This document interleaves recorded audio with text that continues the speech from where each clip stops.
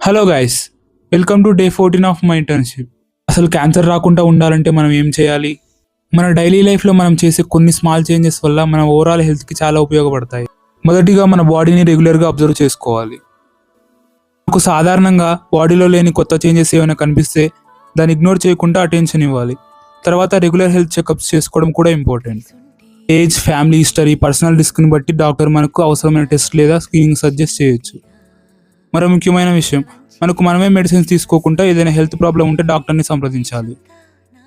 అలాగే రోజువారీ జీవితంలో సరైన sleep, regular physical activity, balance diet తీసుకోవడం చాలా అలవాటు చేసుకోవాలి. మన హెల్త్ గురించి మనం ఎంత ఎర్లీగా కేర్ తీసుకుంటే అంత బెటర్. అసలు మన బాడీలో క్యాన్సర్ అనేది ఎలా డిటెక్ట్ చేయొచ్చు? స్క్రీనింగ్ అనే ప్రాసెస్ ద్వారా మన బాడీలో ఉన్న క్యాన్సర్ని కనుక్కోవచ్చు. క్యాన్సర్ స్క్రీనింగ్ అంటే సిమ్టమ్స్ వచ్చిన తర్వాత మాత్రమే చేయించుకోవడం కాదు. కొన్ని క్యాన్సర్స్కి సిమ్టమ్స్ రాకముందే స్క్రీనింగ్ ద్వారా ఎర్లీగా గుర్తించే అవకాశం